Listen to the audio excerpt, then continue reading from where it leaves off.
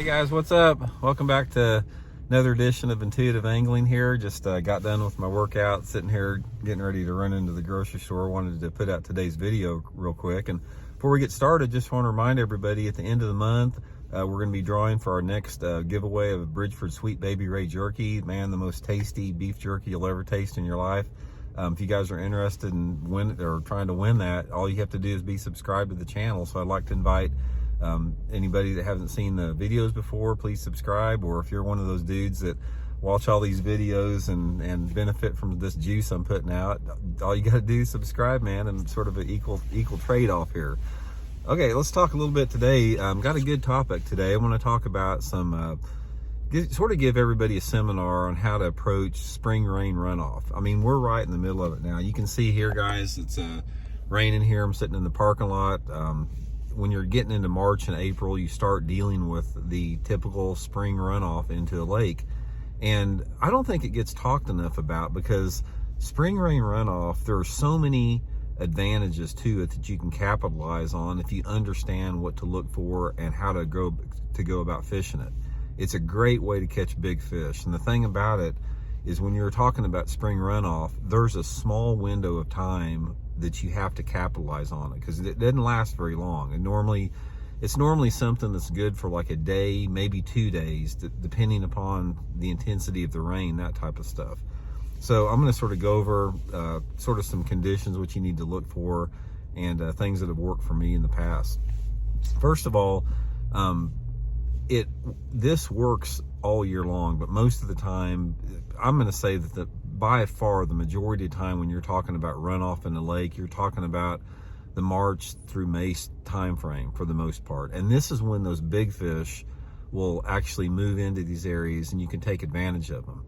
So what I'm looking for is water temperatures sort of pushing that 50-degree mark. If you've got water temperatures that are below 50 degrees, a lot of times when you get a runoff situation, those fish aren't going to move to that water. But if you've got water temperatures that are pushing 50 degrees on up until 65 degrees, this is ideal scenario. And the thing about a runoff situation is it works in all different type of lakes, regardless of the area that you're in or the setup. Traditionally, though, the best runoff lakes are the lakes that are typical man-made impoundments. When you're talking about a lake like some of the Texas lakes like Sam Rayburn and Toledo Bend and that type of stuff, obviously Florida, you're not really dealing with that too much. But when you start talking into lakes that have particularly some rock composition to it and a little bit steeper banks and steeper shorelines, where you have some type of hillsides around the lake, this is when runoff is really good. It doesn't work quite as good on the flat or lowland lakes. So all the lakes across the country, I mean, I'm going to say the majority of man-made lakes in the country, with the exception of down south, fall into this category. So the first thing you want to look for is you have to analyze how big of a factor the runoff is going to be. And the runoff, the intensity and the amount of runoff that you have is directly related to how much rainfall you have in a short period of time and how heavy that rainfall is. The best scenario for fishing springtime runoff is if you have a lake that's got some steep shorelines, some steep banks, some steep cove back ends, and you have a toad strangler rain for like 1 day where you've got a lot of water rushing into the back of an area. This is the ideal scenario. And normally what you're going to have in that is the water coming in to the back of these, and we're talking about areas in the back of coves. I'm going to clarify that right up there. 90% of the runoff is the back of the coves where this is going to take place. It can take place also on some little cuts in the bank and that type of stuff that you need to keep an eye out for that. But most of the time it's on, coves off the main lake or coves off of a creek arm, that type of stuff. But the thing that attracts this is when you have a tremendous amount of rain coming in and it's running off a lot of this stuff into the bank, it puts a lot of different stuff into the water. It puts a lot of different nutrients in the water. It washes down insects. It washes down other type of creatures. If you have a clear water lake, it will dirty the water in the back of these type of areas. And this is the type of areas the bass react to. There's something instinctual that they know when there's a heavy rain and they can feel the lake, the visibility changing, and maybe the water level starting to rise a little bit, a portion of these bass in the spring will move up into these areas. So what I'm looking for is, the first thing that I look for is I do a little scouting report. I go back into I run as many of these coves and creek arms as I can to sort of see what are the live coves and live creeks. Depending upon the angle, some of them are going to have more water coming into them, some of them are going to have less.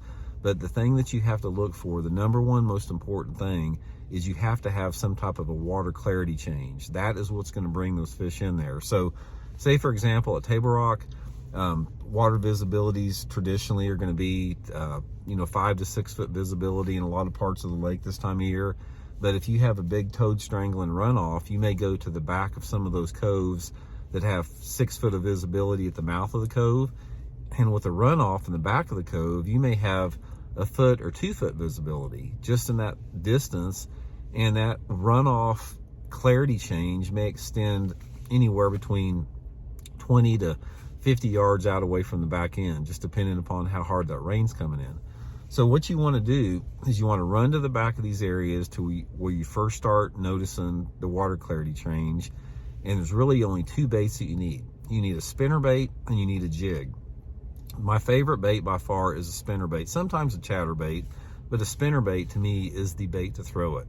I want to throw a fairly large spinner bait, so I'm throwing a 1/2 ounce to 3/4 ounce with anywhere between a number 5 to number 7 blade in there.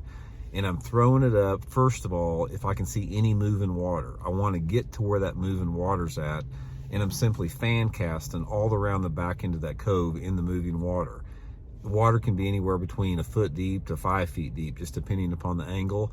But fan casting around the entire area with that spinner bait, and that will usually get you the most and the biggest fish in the back of those runoffs. And also, I'll pitch a jig around too. I'll just pitch a jig around any current that's running off in the back there, or just around the bare banks. Now, what happens next, normally this is only going to last a day or so. You don't have runoff coming in constantly unless it's raining just consistently day after day. So normally what you have is you got a big heavy thunderstorm come through, dumps a couple inches of rain, you get this runoff that's going to last 1 day. And what happens is, after it stops raining, the amount of runoff coming down is going to deteriorate a little bit. The water's going to start clearing up, and those fish aren't going to use the back of those cuts like they were during that short window. But there's something else that takes place here that you need to remember as a residual. If you've got a lot of rain and it's happened over the course of 3 or 4 days, and the lake starts to come up, pretty good, maybe it rises 3 or 4 feet, the back end of those coves, it's going to attract a lot of floating debris. You're going to have a lot of floating logs, a lot of floating sticks. You may have pine needles, you may have leaves in the water. And there's always, a lot of times, debris piles in the back of these coves associated with a runoff.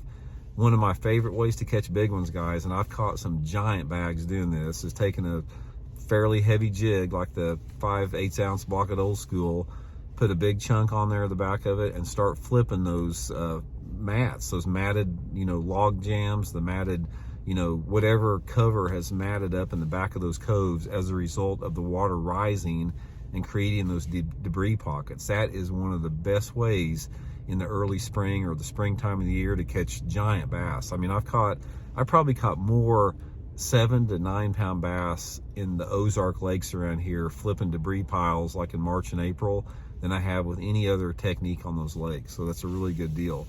But the main thing about the video, guys, as far as spring rain off, you got to jump on it, man. When it happens, you got a small window of time that you got to take advantage of it, and then it doesn't work beyond that. Once that water starts clearing up, after the rain starts coming in, the big push for those fish to move back there does not happen like it does for the first half a day when it happens.